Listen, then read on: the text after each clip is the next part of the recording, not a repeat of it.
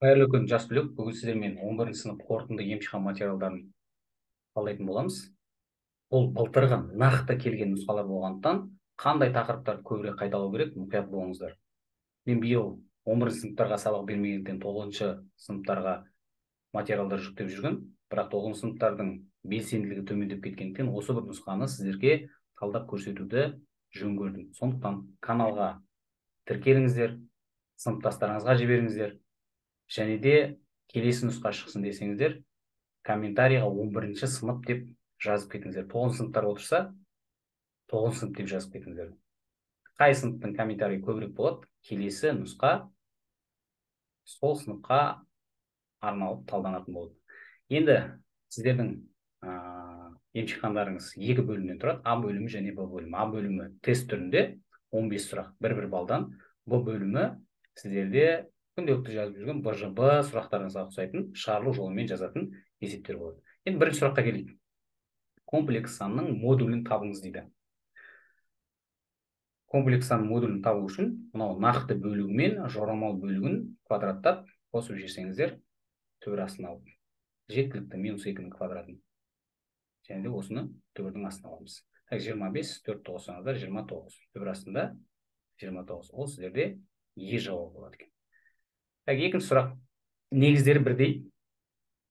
Сондықтан біз не істейміз? Көбейтіліп тұрса, қосып жібересіздер. 3-тен 1-ге мынаның дәрежесі 1 деген сөз. Мынаның бөлімінде сіздерде қандай? Түбір астында деген сөз 2-ден 1 дәрежесі деген сөз. X-тің 3-тен 4 дәрежесі бөлімінде X-тің 2-ден 1 дәрежесі. Негіздер бірдей болып тұрғандықтан біз не істей аламыз? Бір-бірінен азайтып жібересіздер. 2-ден 1, сонда сіздерді ортақ бөлімге келтіретін болсаңыздар, 6, 2-ден береміз, мына жерге 3-тен береміз. 8, 8-ден 3-ті азайтсаңыздар 5. Бұл сіздерде С жауабы болады екен. Косинус функциясының, мынау берілген мәндер жиынын табу дейді. Жалпы синус пен косинус ол -1 мен 1-дің арасында жатады. Енді мынау -3-ке не істейміз? Көбейтіп жүреміз косинусты. Минус санға көбейткен кезде таңбамыз не істейді? Ауысады. 1-ді -3-ке көбейтсеңіздер -3, -1-ді -3-ке көбейтсеңіздер +3 болады. 2-ні қосып жүреміз екі жағына бірдей. Сонда сіздерде -3-ке 2-ні қосатын болсаңыздар -1, 3-ке 2-ні қосатын болсаңыздар 5. -1 мен 5-дің арасы ол сіздерде Е жауабы болады екен. Үшінші сұрақ. Комплекс сандарда сіздерде мынаның квадраты бізде -1-ге тең болатын жақсы білеміз. Біз жұп дәрежеге келтіріп алайық. 22 дәрежесінің -1 дәрежесі деп алайық. Сонда сіздерде -1-дің -1 дәрежесі болады. Ол сіздерде -1-ге тең. Бізде С жауабы болады екен. Бір текті көп мүшені таңдаңыз дейді. Дәрежелер бірдей болу керек. Мынау 3-ші дәреже, екеуін қосатынбыз. Мынау 3-ші дәреже, бірақ 0-ге тең болу керек. Сондықтан А жауабы бола алмайды. 4-ші дәреже, мына екеуін қосатын болсаңыздар 4, мына екеуін қосатын болсаңыздар 4, 2-ге 2-ні қоссаңыздар 4. Яғни сіздерде мынау бір текті көп мүше бола алады. Ол бізде В жауабы. Қалғандар сіздерде мынада 3-ші дәреже, мына жерде 2-ші дәреже екен, 3-ші дәреже бұл бола алмайды. 5, мынау 3, мынау бола алмайды. Мынау 4, мына жерде 5, мынау да бола алмайды. Мынау көп мүшенің түбірі болып табылады дейді. X-ін әлі қоймыз бізде. 2-ге тең болса. Яғни мынаның орнына әкеп біз нешені қоймыз керек? X-тардың орнына әкеп 2-ні қойып шығуымыз керек. 2 көбейтілген 2-нің 4 дәрежесі сіздерде 16-ға тең болады. -5, 2-нің 3 дәрежесі бізде 8-ге тең болады. Қосылған X-тің квадраты, яғни 2-нің квадраты 4, қосылған 6, енді 8-ді мен келесі жаққа өткізіп жібере салайын. 4-аны жазып қояйын. -40, 32.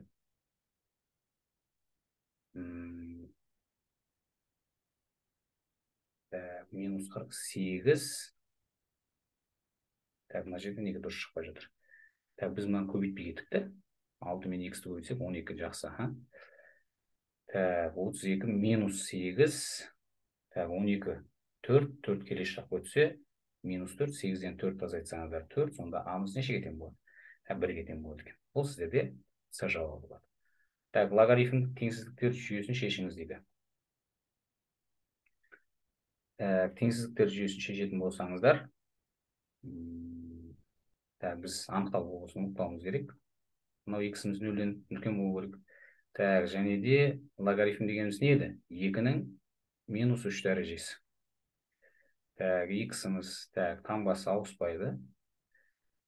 Так, 3-тің квадраты сіздерде 9 болады. Так, еске сақтаймыз, егерде мына жерде 3-тен 1, 2-ден 1 деп тұрсын, сонда таңбалар ауысады. 0 мен 1-дің арасында жататын сан болатын болса. Так, жақсы. Так, мынаны жеке-жеке біз сан өсінде сан болуымыз керек. Так, 0-ден үлкен жағы. Так, 8-ден 1, 2-нің -3 дәрежесі деген. Так, ол деп отқандарыңыз 0-ден сәл ғана үлкен. Осыдан үлкен жағы дейді. Так, 9-дан кіші жағы.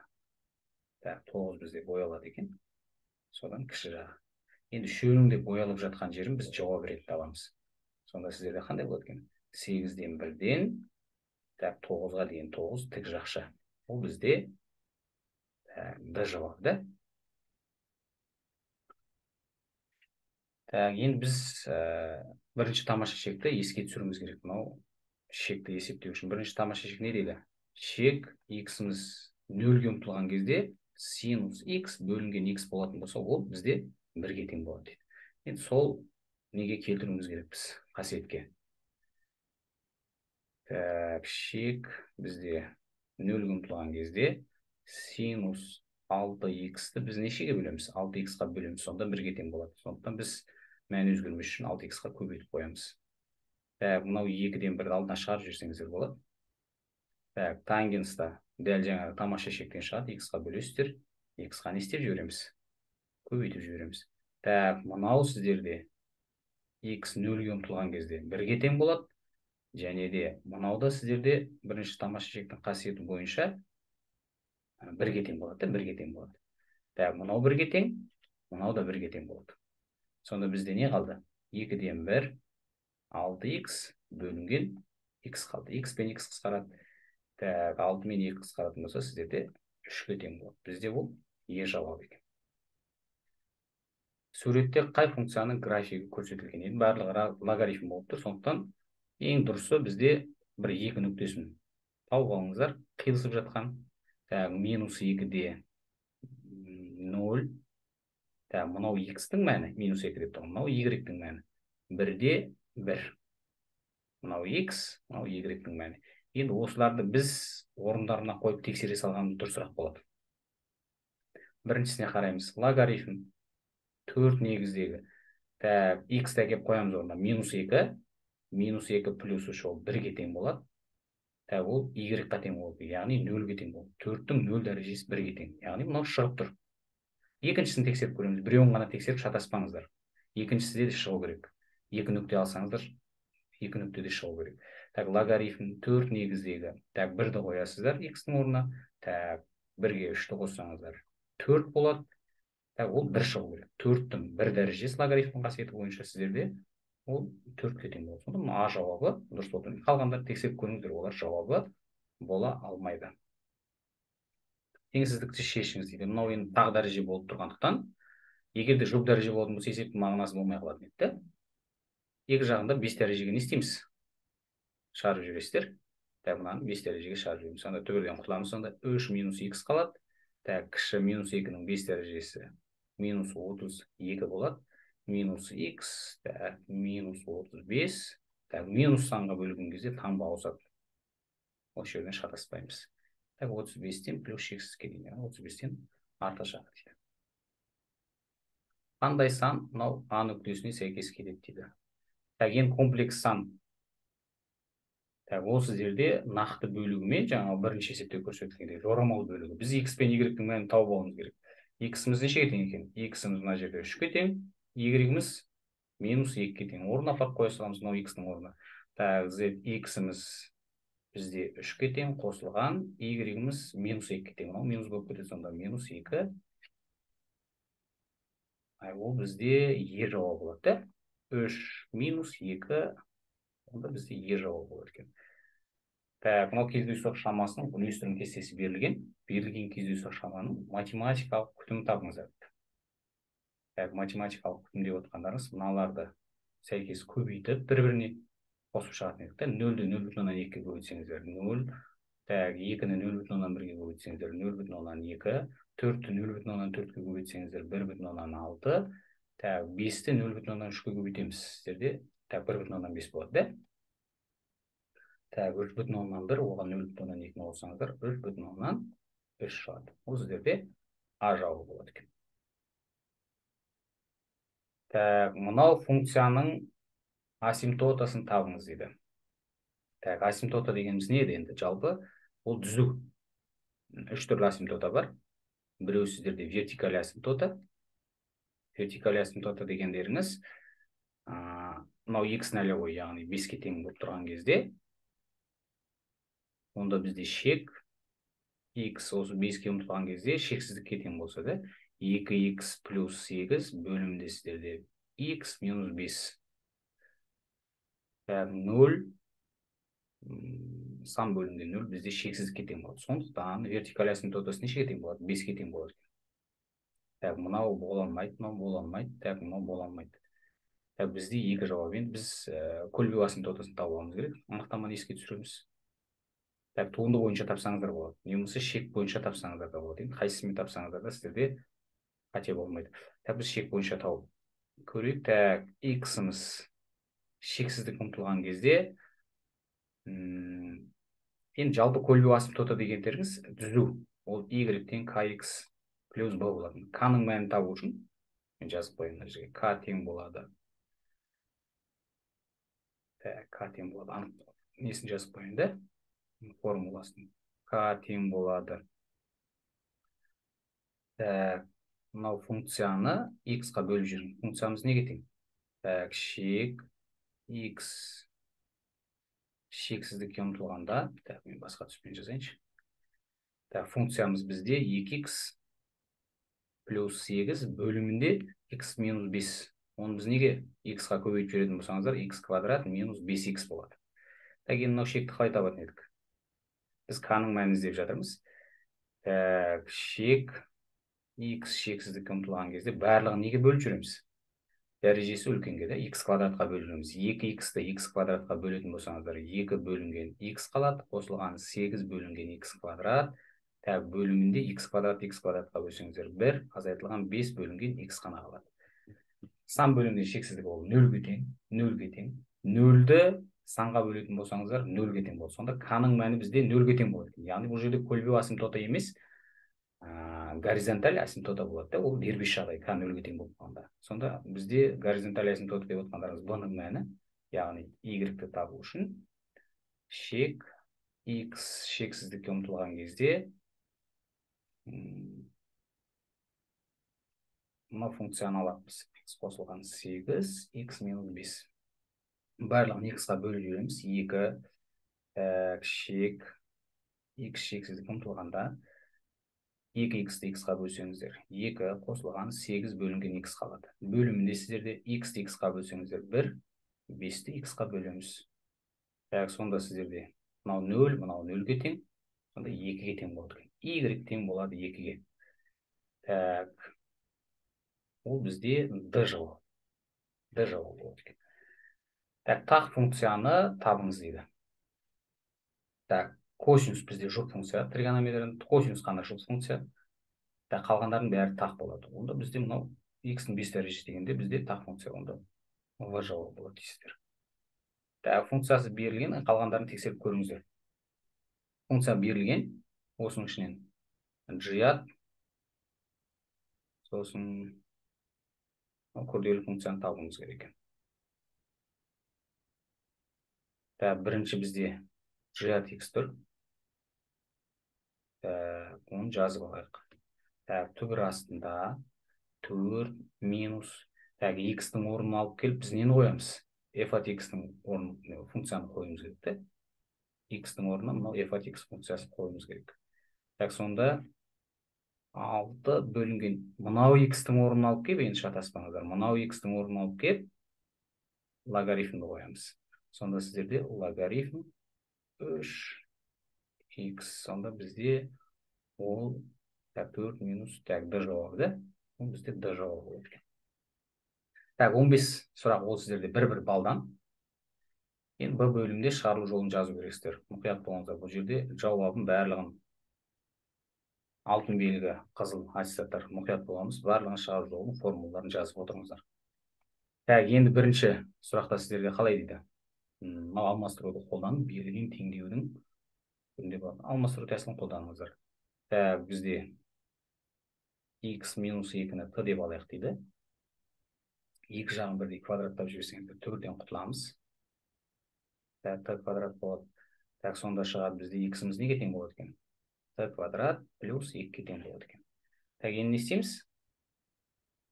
Т-ның мынау x минус 2-ның орнына т-ны әкеп қоясыздар. X-ның орнын алып кеп, x-ның орнын алып кеп, мынау x-ның орнына кеп. Т квадрат плюс 2-ні қоюымыз керек. Сонда сіздерде 3 көбейтілген т квадрат плюс 2 минус мынау сіздерде т минус 16 тең болады 0-ге. Жақшаны ашып жібереміз.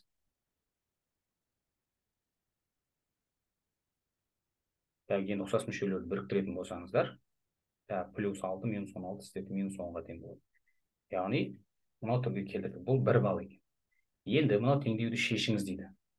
Біз теңдеуді шешу үшін жаңа айнымалы енгізіп алған теңдеуге келеміз. Содан дискриминант пен Т1 мен Т2-ні тауып алайық. Дискриминант сіздерде 1 азайтылған 4 көбейтілген 3 көбейтілген минус 10 болады. 40, 120, 121-де бұл деп отқандарыңыз 11-дің квадраты. X бөлім Т1 мен Т2-ні табамыз. Сонда бізде 1 плюс минус 1 астында. 2-ні 3-ге көбейтуге жіберсеңіздер 6-ға тең болады. Түбір астында 121-де ол 11-ге тең. 12-ні 6-ға бөлсеңіздер 2. Минус 10 бөлінген 6. Ол деп отқандарыңыз минус 5. 3-тен 5-те. Енді біз жаңа айнымалы енгізген Т1 мен Т2-ні орнын алып кеп қоямыз. Түбір астында x минус 2. Ол сіздерде мынау Т1-ге тең. 2-ге тең. Екінші түбірі x минус 2 түбір астында сіздерде минус 3-тен 5. Мынау тең бола алмайды. Шешім бола алмайды. Түбірден сіздерде теріс жан шықпайды. Нақты сандар жиынды. Комплекс түбірін жазып қойсаңыздар болады. Комплекс түбірін табуға болады бұл жерде. Нақты сандар жиында сіздерде шешім болмайды деп жазамыз. Бұл жерде не болады? Екі жағын бірдей квадраттап жібересіздер. 4 x-іміз нешеге тең болады екен? 6-ға тең болады. Жауабы деп ерінбей жазыңыздар. Жауабы x тең болады 6-ға. Бұл сіздерде 4 балдық екен. Келесі есепке қараймыз. 17-ші есеп. Физика сөзіндегі әріптердің әртүрлі алмастыруларының санын табыңыз дейді. Алмастыру. Pn, яғни алмастыруды табамыз да. Ол деп отқандарыңыз. Осы нелердің факториалы. 6 сан. 6-ның факториалы. И деген сөз әріп 2 рет қайталанып тұрғандықтан соны бөліп жібересіздер. Осы жеріне мұқият боламыз. 6 факториал деп отқандарыңыз 6-ға дейінгі сандардың көбейтіндісі. Қысқартатын болсаңыздар 12 неше көбейтеміз? 30-ға көбейтеміз. Ол деп отқандарыңыз 360. Бұл 2 бал екен. Келесі сұраққа қараймыз. Физика сөзіндегі әріптердің 2 и әрпі бар қатар тұратындай әртүрлі алмастыруларының саны. Яғни 2 әрпі қатар тұрса, онда мынау 1 и жоқ деген сөз. 1, 2, 3, 4, 5 әріп болады. Яғни 5 факториал деген сөз. 5 факториалымыз нешеге тең? 1-ден бастап нешеге дейін көбейтеміз? 5-ге дейін көбейтіп жібересіздер. Ол сіздерде 120-ға тең болады. Жауабы 120-ға тең деп жазып қойасыздар. 2 бал екен, мұқият болыңыздар. Физика сөзіндегі әріптердің реті кездейсоқ танылған 2 и әрпі қатар тұруының ықтималдығын табыңыз дейді. Физика сөзіндегі әріптер реті кездейсоқ таңдалған 2 и әрпі қатар тұруының ықтималдығы дейді.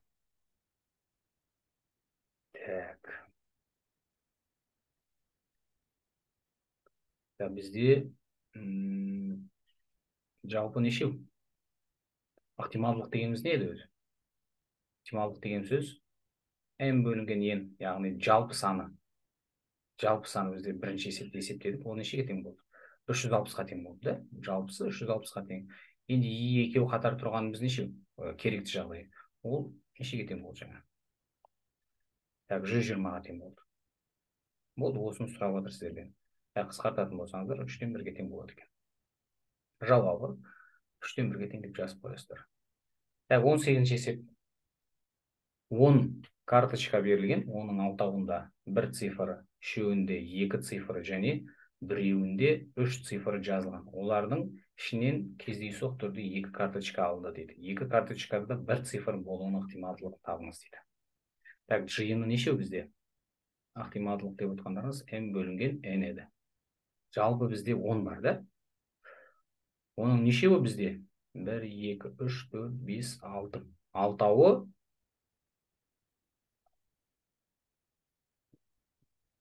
керек жағдай.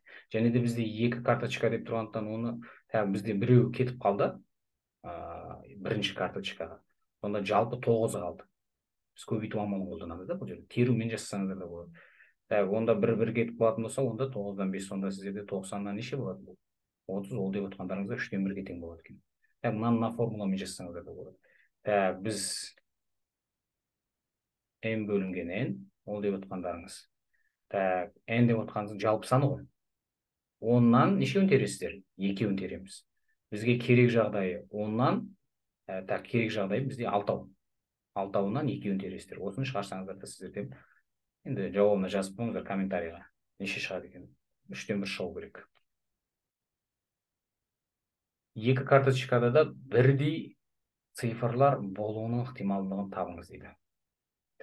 Жалпы 2 карточкада да бірдей болуының цифрларының ықтималдығы дейді. Ықтималдылық деп отқандарыңыз керек жағдайды жалпы санынан бөлесіздер. Енді қараймыз. 2 карточкада да бірдей цифрлар болуы. Бірдей цифрлар нешеу бізде? Үшеу, да? Біз бір болған жағдайын қарастырып алдық. Енді біз өзі жиыны нешеу? Жиыны бізде 10 цифр. Ол 3 түрлі болуы мүмкін, да? 3 түрлі. 9-ы қалды, онда 2 түрлі. Енді осымен шығарсаңыздар бұл. Не болмаса жаңа терудің формуласымен шығарсаңыздар да болады. 3-тен 1-ді мынамен шығарып көрейік. Қысқартатын болсаңыздар. Мұны екеуі қысқарса. 5, 1. Мұны екеуі қысқарса 3, 1. 15-тен 1 болады.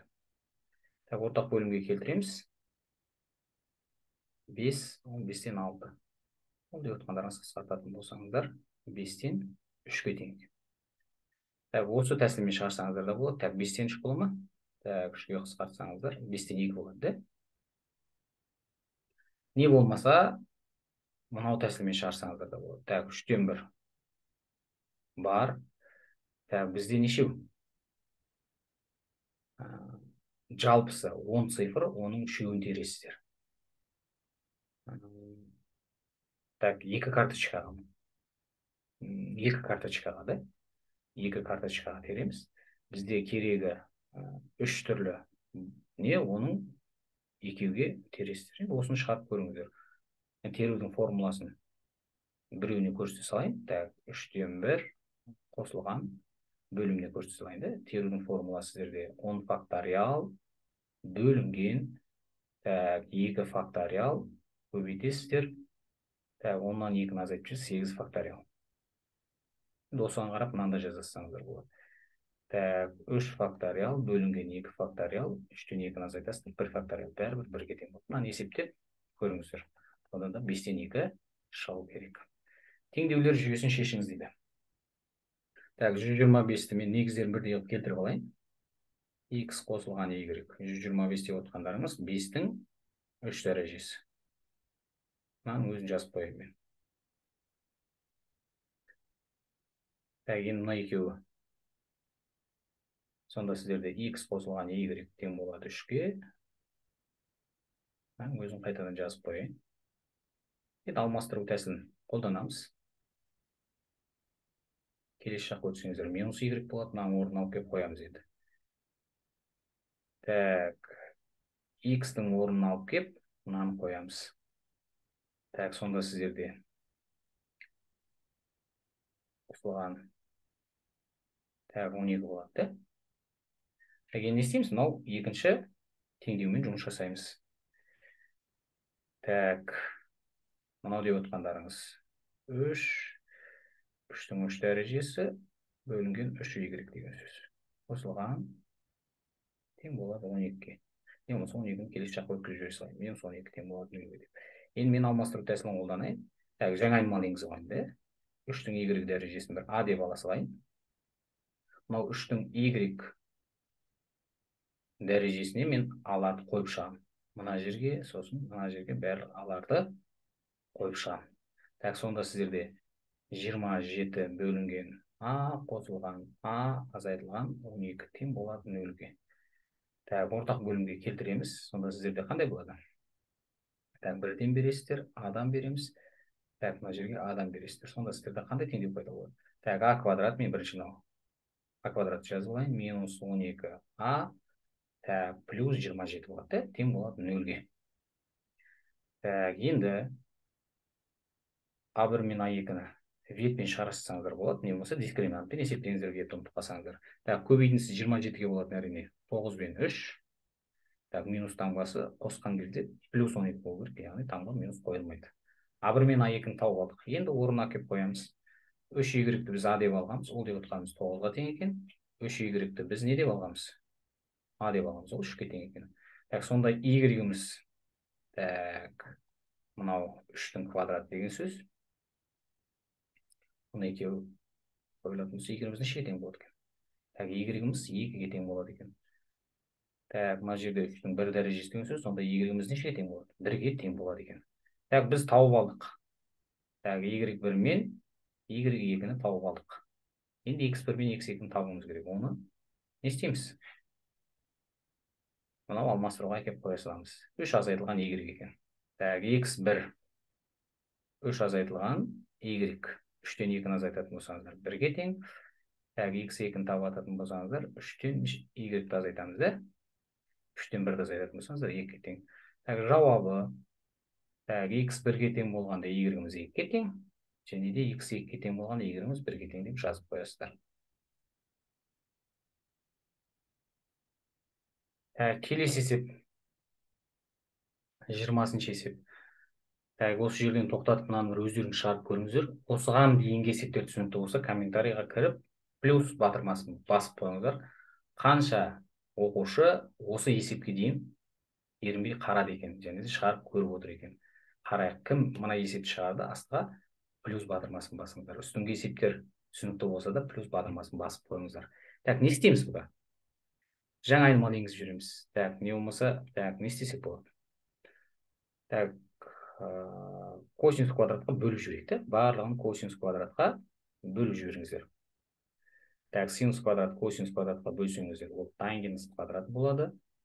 Так, косинус квадрат пен мынау косинус квадратта 3 тангенс болады. Так, косинус пен косинус квадрат сіздерде 1-ге тең болады. 5-ке көбейтіліп минус 5. Так, енді не істейміз? Тангенс x-ті мен 1 a деп алайын. Мынау тангенс x-тардың орнына аны әкеп қоямын. Орнына қойып шығамын. Так, сонда сіздерде қандай болады? 2a квадрат минус 3a минус 5 тең болады 0-ге. Дискриминантпен тауып аламыз. Минус 3-тің квадрат 9, азайтылған 4, көбейтілген 2, көбейтілген минус 5. Так, 8, 5, 40, 49, да? Ол деп отқандарыңыз 7-нің квадраты. Сонда a1 мен a2 қандай болады екен? 3 плюс минус 7 бөлінген, так, 2-ні 2-ге бөлсеңіздер 4. Так, 10-ды 4-ке бөлесіздер. Ол деп отқандарыңыз, так, 5 бөлінген 2, 2,5, да? Минус 4, минус 4 4-ке бөлсеңіздер минус 1. Біз орнына алып келіп қоямыз. Тангенс x-ті біз не деп алдық? А деп алдық. Ол 2,5-ке тең екен. X-іміз арктангенс 2,5 қосылған пен болады екен. Тангенс x-ті біз А деп алғанбыз, ол -1-ге тең. X-іміз -1-де, ол минус пи бөлінген 4-ті арктангенс қосылған пен болады. Жауабы деп мына екеуін жауабына жазып қоясыздар. Жауабын жазып ұмытпаңыздар. 21-ші есепке қараймыз. Мынау функциясы берілген. Осы функциясының ойыс және дөңес болуының аралықтарын табыңыз дейді. Енді ойыс болу үшін 10-шы сыныпта бізде не дедік? 2 рет туындаламыз. 0-ден үлкен болатын болса, ол ойыс болады дедік. 2 рет туындаласыздар. Ол 0-ден кіші болатын болса, ол дөңес функция болады деп айтқанбыз. Аралықтары болады. Енді туындаламыз, 1 рет туындаламыз. 1 рет туындалсаңыздар, біз мынау функциядан туындалып жатырмыз. Мынадан енді қайта-қайта жазып отырмайын, уақыт кетіріп. 4 алдына түседі, 1 дәрежесін алып тастайсыздар. 2 алдына түседі, 6-мен көбейтіп 12 болады, x болады, плюс 3 болады. Енді 2 рет туындаламыз. 2 рет туындалсаңыздар, алдына көбейтіліп 12x квадрат минус 12 болады. Осы не дейміз? Артық 0-ден дейміз, ойыс аралығын табу үшін де. Артық 0-ден. Квадрат теңестік болғандықтан оны 0-ге теңестіріп шешеміз. 12x квадрат минус 12 тең болады 0-ге. X квадратымыз тең болады. 12-ні 12-ге бөлсеңіздер 1. Сонда x-іміз нешеге тең болады екен? Плюс минус 1-ге тең болады екен. Енді біз сан өзінде белгілейміз. Минус 1 және де 1. Таңбасы плюс, минус, плюс болады. Бізге керегі плюс аралықта. Ол жазып қоясыздар. Ойыс аралықтары минус 1 мен минус шексіздіктен минус 1-ге дейін. Минус шексіздіктен минус 1-ге дейін. 1-ден плюс шексіздікке дейін. Енді дөңес аралықтарын көрейік. Туындысын алдық біз. 12x квадрат минус 12 кіші 0-ден. Бұны жаңағы шешу тәсілімен шешесіздер. Сонда минус 1 мен 1-дің аралығында бізде қайсысы болады? Мынау аралық болады. Сонда дөңес аралығы минус 1 мен 1-дің аралығы деп жауабына жазып қоясыздар. Келесі бұл 6 балдық есеп екен. Сондықтан жауабын барлығын, формулаларын барлығын жазыңыздар. Функцияның 50 нүктелерін табыңыз дейді. Енді 50 нүктелер деп отқан мынау табылған түбірлері. Минус 1 мен 1-дәке функцияның орнына қоясыздар. Функцияның өзін жазып алайын мен. X-тің 4 дәрежесі. X-тің 4 дәрежесі минус 6x квадрат. Плюс 3x минус 2. Бізде y-іміз бір түбірі минус 1-ге тең болды. Бір түбірі бізде нешеге тең болды? 1-ге тең болды. Осы аралықтар сіздерде 50 нүктелер болады. Осы нүктелердегі мәндері. Минус 1-дің 4 дәрежесі 1-ге тең. 6, минус 3, минус 2. Минус 9, минус 11, минус 10 болады. Вот 50 нүктелері минус 10-ға. 1-ді қойып шығамыз. 1-дің 4 дәрежесі 1, азайтылған 6, қосылған 3, минус 2. Минус 5. Оған 1-ді қоссаңыздар, минус 4 болады екен. Екінші түбірі нүктесі сіздерде минус 4-ге тең болады екен. Болды. Материалдық нүкте координаталық түзу бойымен қозғалды. Оның үдеуі мынау теңдеуімен анықталады дейді. Мұндағы т уақыт. Енді еске түсіреміз. Интеграл. Ол сіздерді алғашқы функция дегенде туындының қарама-қарсы. Жолдан 1 рет туындалатын болсаңыздар, ол сіздерде жылдамдыққа тең болады дедік. Жылдамдықтан туындалатын болсаңыздар, ол сіздерде үдеуге тең болады дедік. Керісінше жүреміз. Керісінше жүрген кезде біз алғашқы функциясын табамыз, яғни интеграл табамыз. Егер бастапқы мезетте жылдамдық 3 метр секундқа тең болатын болса, берілген нүктенің жылдамдығы қозғалысының теңдеуін жазыңыздар дейді. Жылдамдықты табу үшін не істеймін? Мына үдеуден интеграл алып жүрмін. 12t минус 2-ден интеграл аламыз. dt. Интеграл формуласын жақсы білесіздер, көп кездеседі. Бір дәреже қосамыз, т квадрат болады, оны осы екі дәрежесіне бөлеміз. 2t болады. Қосылған с. Енді с-ның мәнін қалай табамыз? Алғашқы бастапқы мезет, яғни бастапқы мезет деген сөз т-мыз 0-ге тең деген сөз. Мына жерде т болады, т-ға тәуелді. Т-мыз 0-ге тең болған кезде, яғни мына т-лардың орнына 0-ді қоямыз. 0-ді қоятын болсаңыздар, 0 азайтылған 0 қосылған с, 0 қосылған 0 қосылған с, ол сіздерде нешеге тең болады? 3-ке тең болады. Сонда с-мыз нешеге тең екен? 3-ке тең екен. Енді орнына қоясыздар, мына екеуін қысқартып жіберетін болсаңыздар, жылдамдықтың формуласы сіздерде 6t квадрат минус 2t плюс 3-ке тең екен. Ол осылай қалдырасыздар. Жауабын осын жазып қоямыз. Қозғалысының теңдеуін жазыңыз дейді. Мынаған тең болса. Енді керісінше жылдамдықтан интеграл алатын болсаңыздар, алғашқы функциясын табатын болсаңыздар, ол бізде арақашықтыққа тең болады. Интеграл аламыз. 6t квадрат минус 2t плюс 3. Бір дәреже қосасыздар. 6t-ның кубы болады. Оны нешеге бөлесіздер? 3-ке бөлеміз. Азайтылған 2t-ның квадраты. Оны нешеге бөлеміз? 2-ге бөлесіздер. Қосылған 3t қосылған c болады. Тура жаңағы есеп сияқты. Т-ның орнына келіп 0 қоясыздар. 0, 0, 0 болып кетеді. Мынаның барлығы 0-ге. Сонда с-мыз нешеге тең болады екен? 1-ге тең болады екен. Болды, орнына келіп қоясыздар. Мұны екеуі қысқартылады да 2t-ның кубы азайтылған t квадрат плюс 3t қосылған 1. Бұл деп отқандарыңыз арақашықтықтың теңдеуі екен. OX өсімен шектелген. OX өсімен шектелген болатын болса, онда y-іміз нешеге тең болады? 0-ге тең болады. Яғни қиылысу нүктелерін табу үшін мына y пен мына y-ті теңестіріп аласыздар. Яғни мына мәндері тең болады деген сөз. Мына мәндері бір-біріне тең болады деген сөз. Сонда 3x минус x квадрат нешеге тең болады? 0-ге тең болады. X-ті жақшан сыртына шығарып жүрсеңіздер, 3 азайтылған x тең болады 0-ге.